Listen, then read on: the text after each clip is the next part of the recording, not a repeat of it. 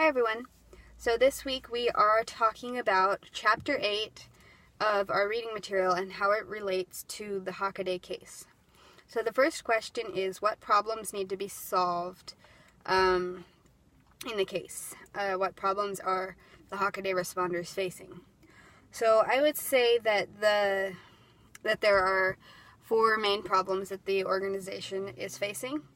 The first problem that they encounter is the problem of Jill needing to decide what changes the organization needs to make in order to cope and adapt to a changing environment around them and globalization and all that entails.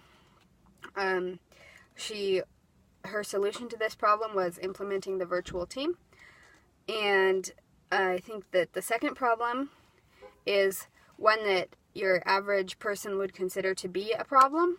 It was the system failure in the U.S. city. I think that the difference between what our textbook defines as a problem and what most people define as a problem is that the decisions that need a solution or something, a solution from a variety of alternatives or somebody to come up with a solution. It may not be a negative situation, but it's something that needs a variety of solutions to be determined and then selected from.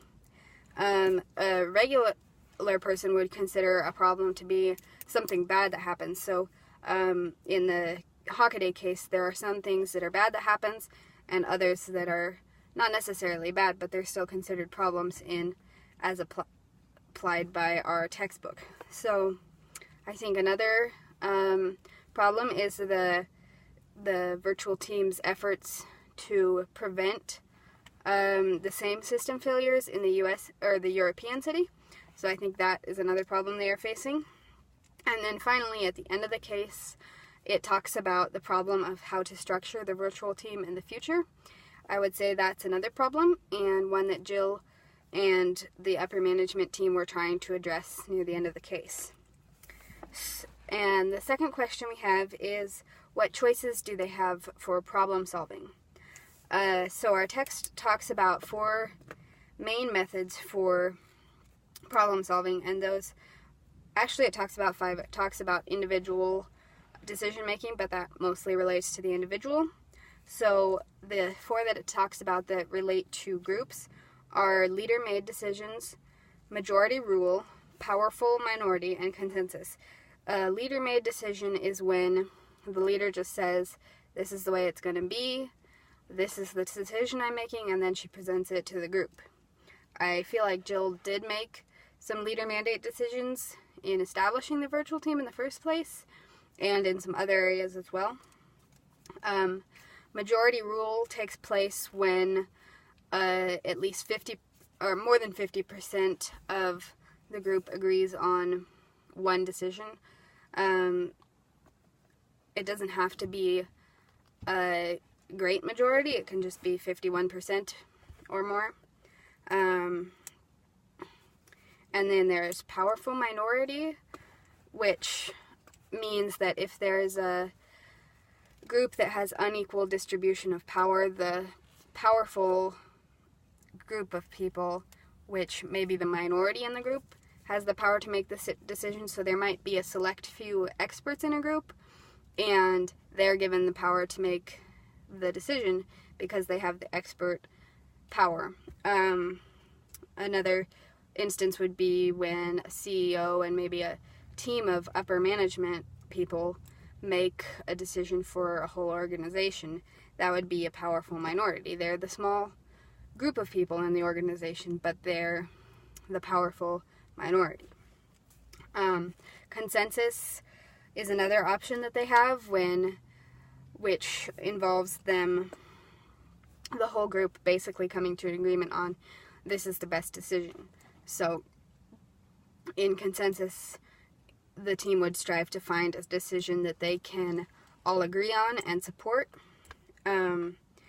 Generally, a decision, it might involve compromise, or it might just be a decision that sounds good to everybody in the first place. The third question we have is, which problem-solving process should Jill consider? And I think because of the structure of the upper management team and the virtual team, that she should consider consensus. I think that by making some of the leader mandate decisions that she made, she didn't give anyone freedom, and she held a very autocratic style by using leader-made decisions. I think that in her goal to set up a virtual team, she needed to allow for more decentralized sources of power and decision-making, and so I think consensus would be applicable in that situation. I think that the virtual team members needed to come to consensus about how to structure their team. I think it would have been helpful if they had given more freedom to structure their team in the first place, but they were responsible for making a lot of decisions as it relates to the problems in the US and European cities. And I think that they could have used consensus to make decisions instead of everybody saying my way or the highway. Some people thought it was hardware, some people thought it was software, some people thought they needed to be the leader, but really they just needed to come to a decision that they could all agree on and support. I don't think that they really need to consider a combination. I feel like powerful minority and leader-made decisions lead to an autocratic style, which I don't think works for a virtual team and most of today's organizations. I think that majority rule might be okay, but with the size of teams, I think consensus is more important.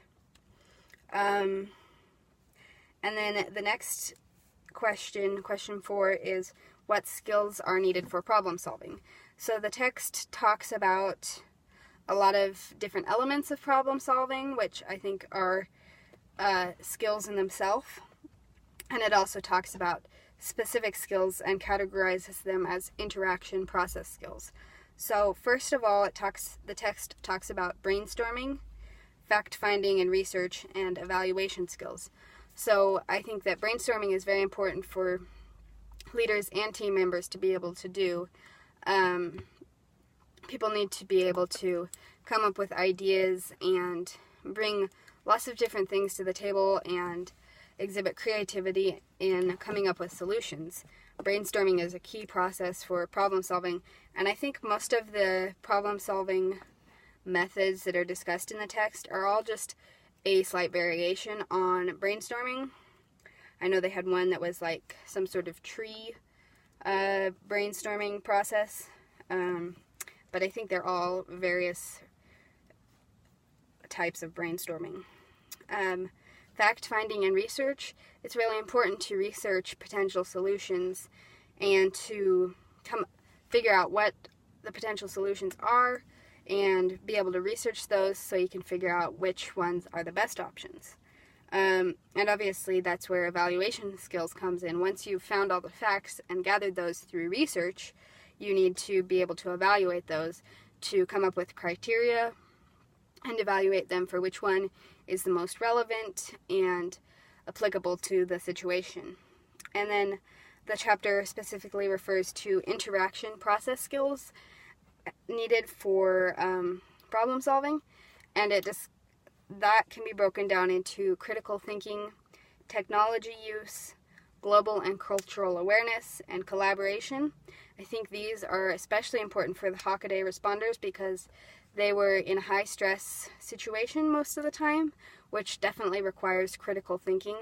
They needed to be able to think on their feet and evaluate what decisions needed to be made and work as a team to figure out what the problem was and to get to the bottom of it, and also needed to use critical thinking to figure out how they could prevent those situations in the future.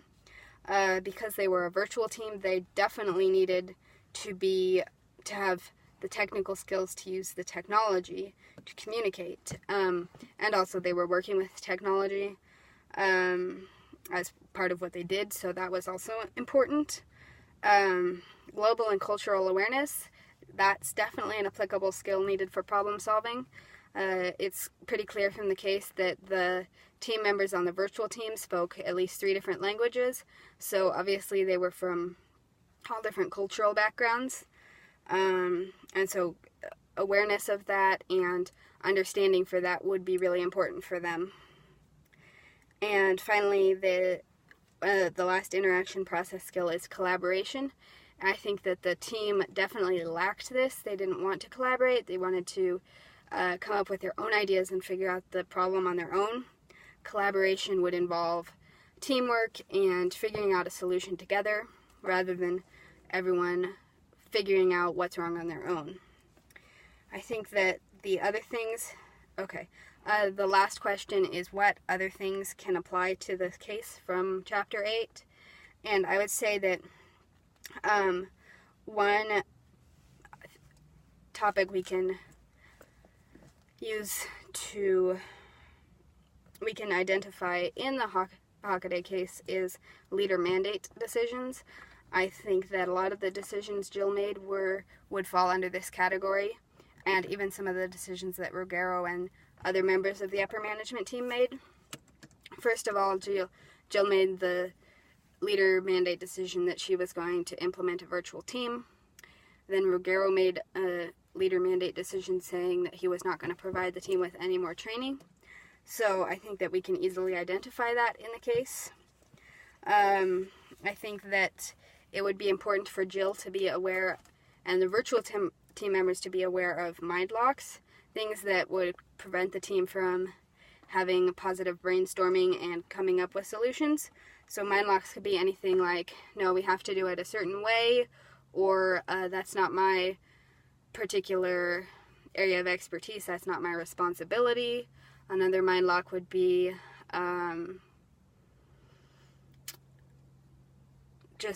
I'm not creative, so I can't come up with solutions. So those are some of the mind locks the chapter talked about. I think it would be important for the team members to be aware of those so that they can avoid them in problem solving. I think it's really, really important for Jill and the upper management team to be aware of how important technology is for the virtual team. And I think that they should have provided more training so that the team had more technical skills to adapt and use the technology well for communication and operating in the virtual environment. And also I think that one thing that each person in the Hockaday case should be aware of is the need for, as the text referred to it, an attitudinal preparation for change, an attitude that is prepared for change. Obviously the organization was undergoing change, and I think Jill identified it. I don't know if everyone else did, but she realized that the global environment around them was continuously changing and that they needed to adapt to that, and that's why she started introducing the changes she did in the first place. And I think that the rest of the people involved in the case needed to have an attitude that accepted change and adapted to it rather than fighting against it. So that is our discussion for Chapter 8, and I'll see you next week.